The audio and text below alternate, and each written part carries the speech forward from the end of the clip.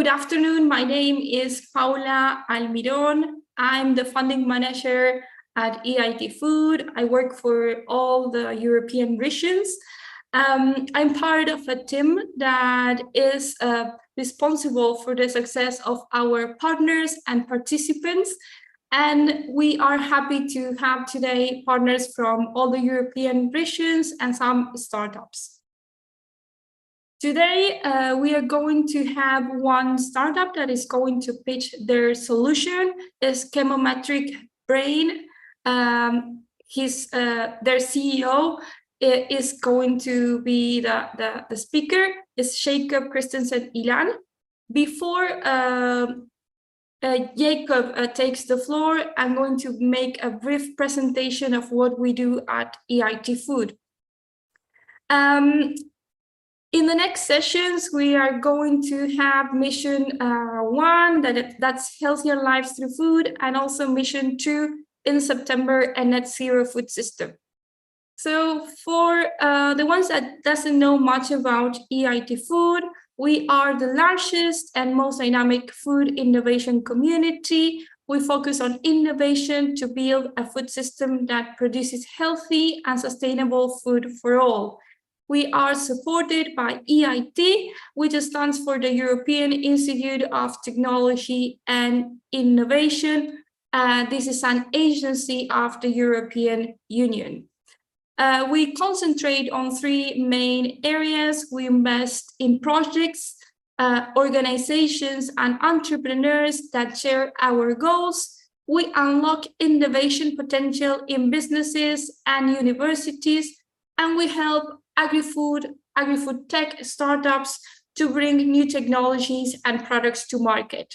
Most importantly, we put consumers and citizens at the heart of our work.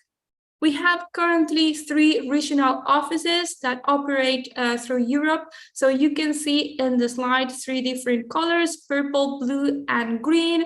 Those are the regions that are part of our community: Northeast, West, and also South. This is our community. As you may see, we have industry partners, startups, research centers, and universities. All of these organizations are part of what we call the knowledge triangle. Specifically, the knowledge triangle are universities, research centers, and the industry. Okay, and finally, I would like to just briefly refer to our 3 missions. These are the 3 pillars that organize all of our work. We have healthier lives through food, that's mission 1, net zero food systems, and the third one, the one that is gathering us today, is managing risk for a fair and resilient food system. In this last mission, we will see the benefits of more resilient, trusted food systems where people experience greater food security and safety through digitally enabled transparent supply chains. And this is the solution that Jacob is going to present today. Is absolutely aligned to this mission. So I think it's absolutely suitable. Okay, so before moving on, just to let you know that we are not only the largest innovation community, we also cover all the pillars that are key in our food systems. That's why we have activities that cover education, innovation, entrepreneurship, and public engagement. In the education area, we cover courses for the public, doctorate studies, master's studies, and recently we have incorporated training courses that are tailored for corporates.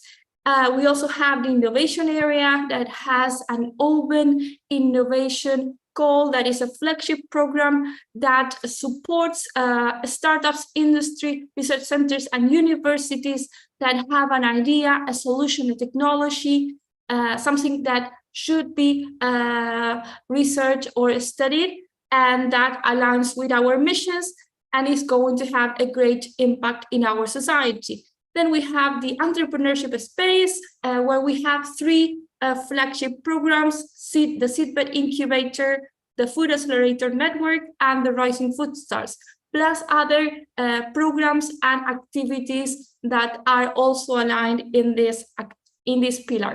Finally, we have public engagement, and there I just want to highlight Food Unfolded. If you are on Instagram, just follow that account. It's incredible, the content that we have there. And we also have some other calls that I can share more information later on as they are open now.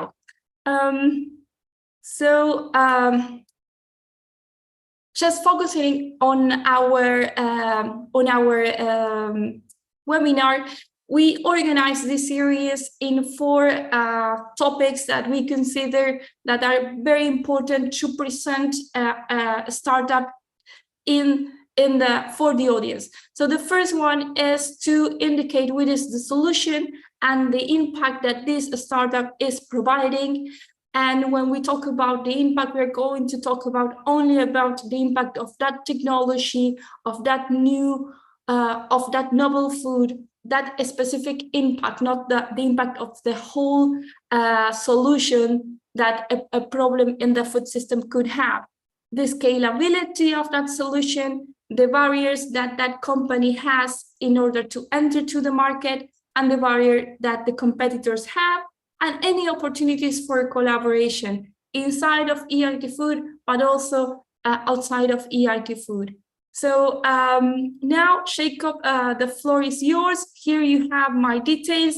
Well, those are my previous details. As I told you before, now I'm the funding manager for all the European regions, and you can contact me at my email if you need anything from my side. So I'm going to stop sharing. So Jacob, if you would like to take the floor. Thank you so much, Paula. Thank you for having me here. And thank you to all the EIT team for making this happen. I will just shortly share my screen and introduce Chemometric Brain. Give me just a second. Okay.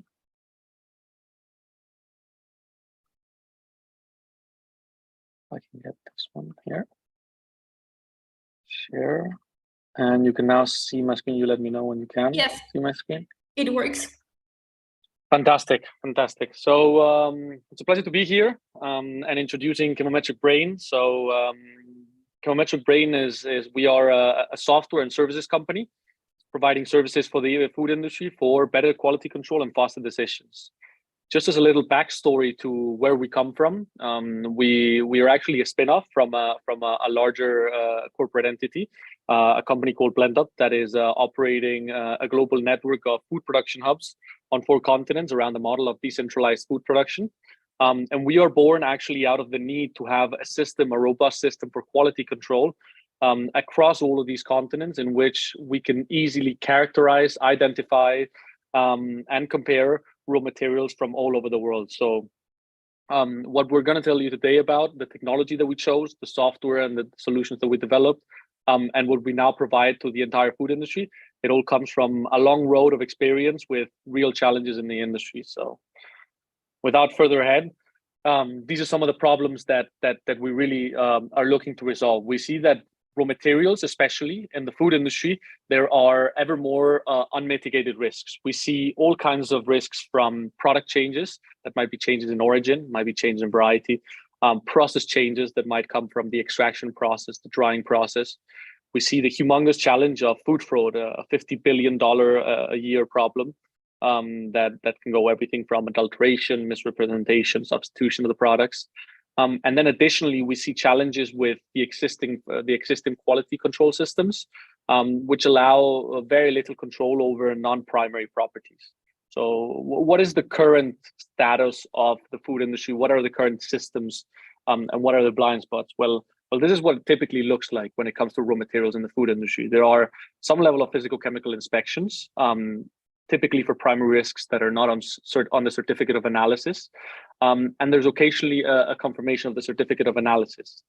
In our opinion, this is far too little control for an industry that is highly vulnerable, that is an industry that has high volatility in prices, where there are a lot of risks that continue and remain uncontrolled under these existing systems. So when we look at a solution for this technology, already back in 2008, when we first started evaluating this technology inside of the company that we stem from, we looked at NIRS as a great solution. So for those that don't know the NIRS technology, this is near infrared spectroscopy.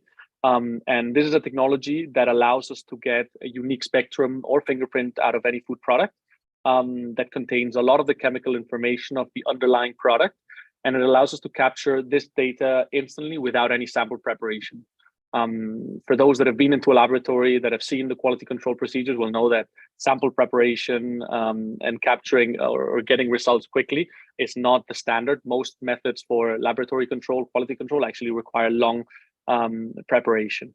The challenge that we see, however, was that for a long time, NIRS was solely used for replacing traditional analysis. So it was a great way of actually saying, if you were doing Kiedel analysis for protein determination, you could replace it using NIRS. You could create certain models that will allow you to predict, just based on this spectrum, the protein content of the product.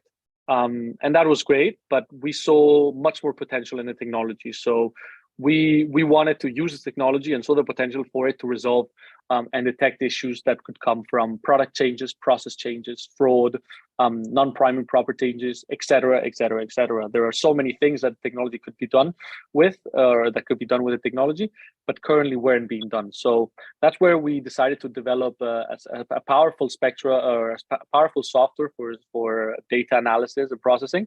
And today we offer this to the food industry without the requirement to be an expert. So today we have a team of experts behind the software. So not only do we offer the tool to interpret the data, process the data, and give you these insights, but also the team behind it that will allow any company to actually access this technology without the need to be an expert.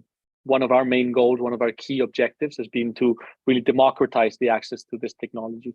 So as I was describing today, Chemometric Brain is the leading software for quality control based on NIRS technology.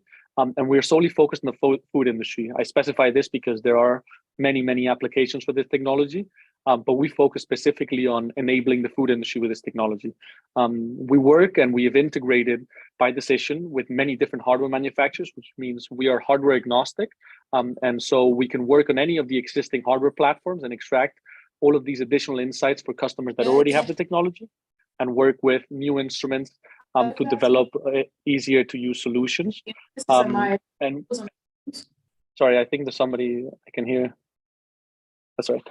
And there's we've also created a very easy to use interface for everybody, from quality technicians to the data analyst modelers, to actually use this technology.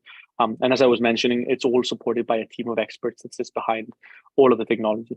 So what are some of the applications? Really, let's talk about some of the practical applications of this technology.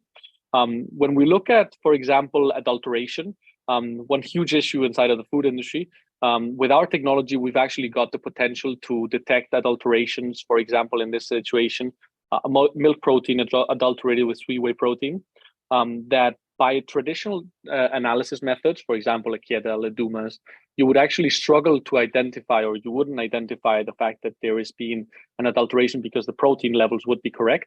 But with this technology, because we're looking at the entire fingerprint of the product, and we're comparing it against the historical record of that product, how the fingerprint of that product should look, we can quickly detect that adulterations have happened on a product anywhere all the way down to 1%. Typically, economically motivated adulteration is moving somewhere close to 10% and above. What you see here on the screen, just for a short explanation, very simply, is all of these individual dots are that historic of data of what a milk protein should actually look like. And what we do is we create, using certain data modeling techniques, we actually create a model that allows us to very simply describe the variability of that product, create what we call a region of confidence.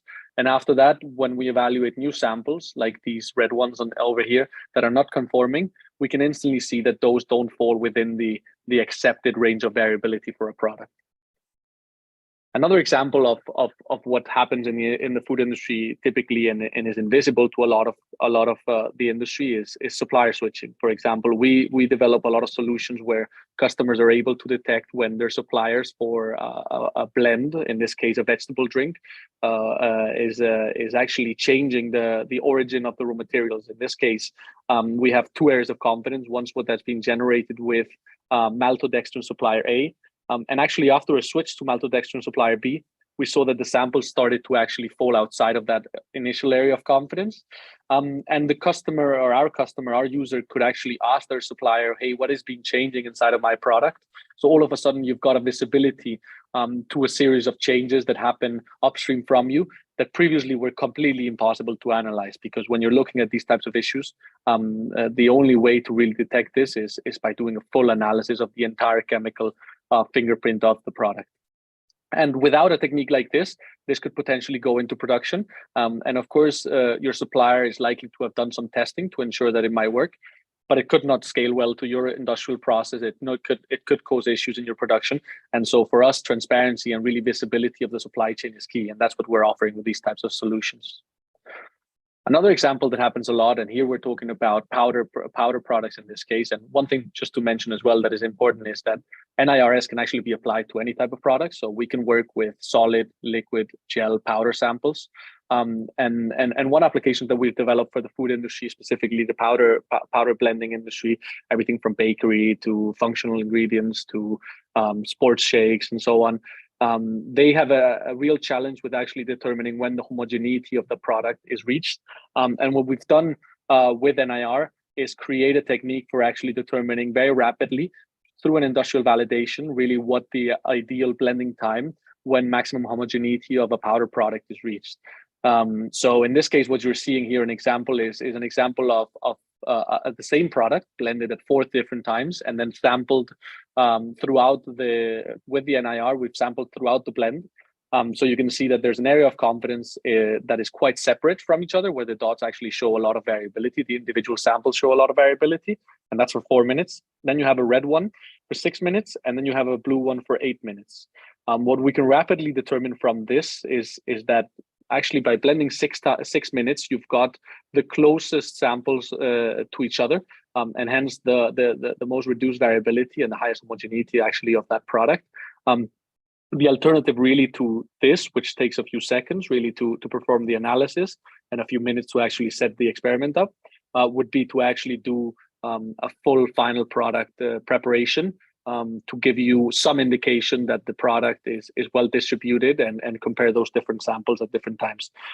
This is saving enormous amounts of time really for customers. Another example here that we like to share is we've spoken about raw materials, we've spoken about the input side, we've spoken about now optimizing the blending time. But again, here, for example, is an example of a final product. In this case, it's a final product that includes it's a vitamin mix. And it's a vitamin mix in which our customer was interested in really determining rapidly conformity to the internal quality standards, where the concentrations or the differences between the two different blends, in this case, blend type A in dark green and type B in light green, are as low as differences in milligrams per 100 grams. You can clearly see, and our customer clearly gets feedback about when the samples have or don't conform to this type A. And that allows them quickly to make decisions about which samples can be released quickly and are falling into their specification, and which don't and require some additional analysis or production or reblending. So this is really another example of something that is via a traditional laboratory analysis, very tough to determine really. You have to perform lengthy experiments and quite costly as well. And with this technology, you can actually perform very quick determination that the final blend, even in such low concentrations, are actually working correctly. Finally, what does this all mean? Because ultimately, one of the key aspects is, okay, what is this really? What kind of challenges or what kind of impact does this have on our users? So here's a really great example. One of our customers, a large functional solutions manufacturer, had an error in their production where an automatic line was loaded with some amount of pectin when it was supposed to be exclusively loaded with mono and diglycerides of fatty acids. This is an error that is by specification. Their specification determines protein range, minimum fat content, and maximum moisture content. And hence, it actually is an issue that would go undetected. So this issue would have gone to a customer, or this product, this incorrectly blended product with the incorrect formulation, would have gone to a final product. And in this case, it affected 7 lots for a total of 3,500 kilograms, and could have been blended in a 15% of a final product, right? The effect really of that economically is quite significant, as you can see. And it means that our customer is very quickly able to determine, as I showed you in the previous example with the vitamins, that their final blends are always conforming to their specifications, and they're avoiding any challenges or any issues with that might arise from errors in production. Just to show and go a little bit more into depth on going back on the development of all these models. When we work with customers to actually develop these, we start by actually capturing good samples of the raw materials or the final products. And that, as I mentioned, could be any type of format, the product. And then we include those samples into a qualitative model, as we call them, where we build that area of confidence. Once we've got that area of confidence, you can validate new samples, and really all that the final user needs to know is whether it's conforming or not conforming to the specification that they have determined. This, of course, makes it very interesting and very simple to use against other traditional methods or other more complicated methods for analysis.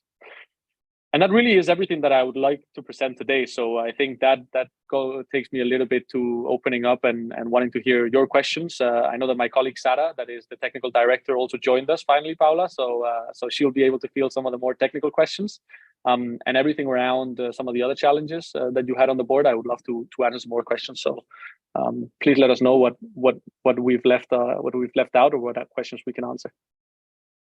Thank you very much for your presentation, Jacob. I think it has been a brilliant introduction to your solution that is already brilliant. We have a couple of questions from sources.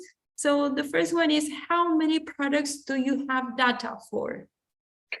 So in the last few years since we started working, we've collected really around 300 or more than 350,000 spectra that are individual samples that we have captured, and really we've developed models for more than 500. We've developed more than 500 models for individual products. So we've got a very broad range of products that we've had experience with, and I think that's one of the benefits of this very experienced team with this technology that we have. Sorry, Paula, I think I can't hear you.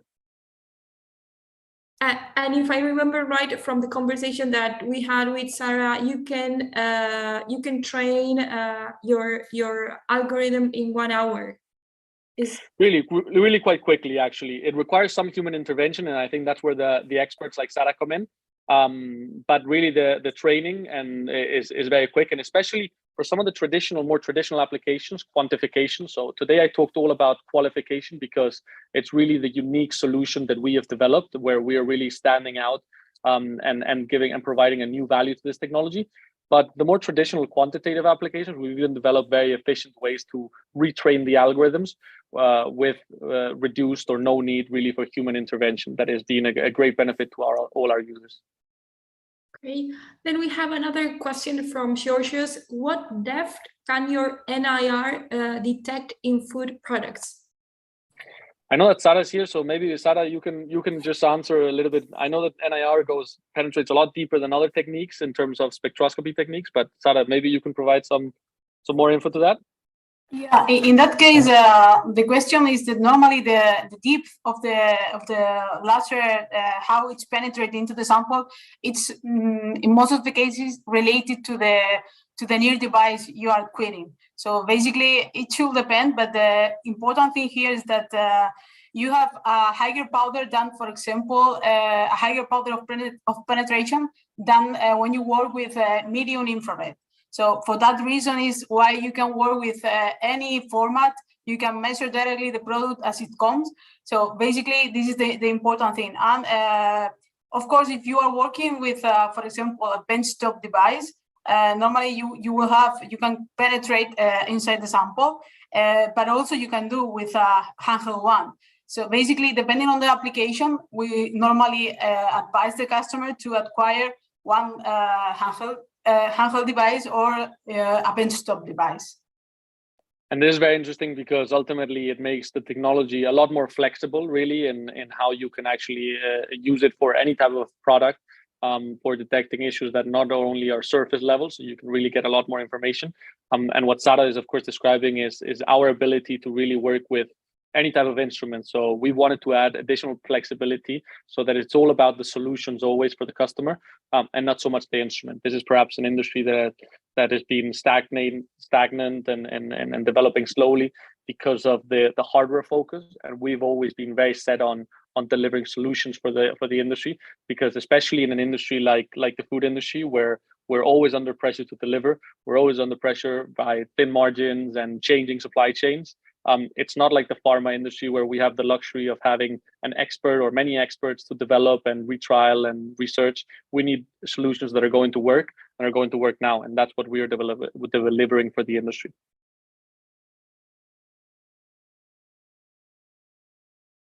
Do we have questions from the audience?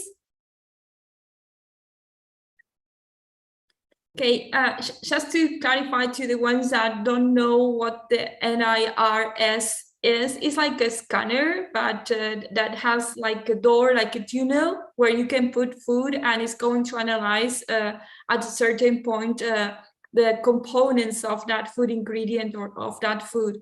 And what they have done is to further develop the knowledge that machine, the NIRS, could gain from that inspection, that the scan that it does. Okay. Correct. I see Georges is also asking if we have our own NIR equipment. No, precisely, we've actually stayed away from doing NIR. I think there are so many great hardware in the market. There are a lot of bright people working on the hardware. So we decided to really focus on next layers, on the software layer and the solutions layer. That's why we're working not only on, of course, creating the platform that connects to many different instruments, and we're working with different instruments. So that helps, for example, companies that might be working with different brands of NIR actually harmonize and utilize the same software for multiple instruments. But we're also on the other side connecting with a lot of centers, groups, laboratories that are actually also developing solutions. So our goal is really to ultimately make much easier connection of everybody that has a lot of experience and know-how and access to samples for specific food products, so that they can transfer all of that knowledge into models for NIR, and those can actually be delivered for the entire industry to be used without them having to develop their own. Because up to now, there's been a lot of custom developments in those segments where there wasn't a huge market, and then there's been some specific markets where the hardware manufacturers have delivered solutions. You ask about Iris as well. Yeah, absolutely. We have worked with Iris. We've tested some of their instruments as well. We've had them. They are based out of Barcelona, and yeah, we certainly have.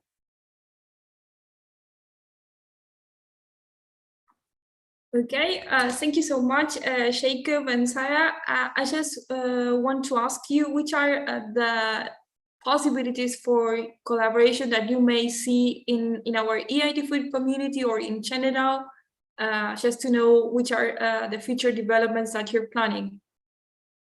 Absolutely. We would love, like I was mentioning before, we are very keen on connecting with laboratories and technology centers that have an interest in really coming together with us on this road of really democratizing NIR technology. We think it is an unbelievably powerful technology for actually creating transparency in the food industry. We think that it is a tool that allows many more touch points than any other quality system has done before.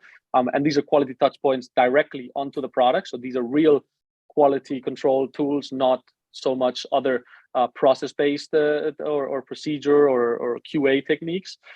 So we're testing really on the product. And so we would be very happy to connect and are always looking to connect really with technology centers and laboratories that want to work together with us on the development of models for specific products that they have a lot of know-how around. Okay, thank you very much. So I will ask again if we have any other questions. Okay, so we're going to finalize the session today. We will have another session in July, and I will share some, some additional information later on, and also the recording. So thank you very much. Have a nice afternoon. Thank you, Paula. Have a great day, and thank you everybody for attending. Thank you. Thank you. If you have any Bye-bye. questions, you let us know.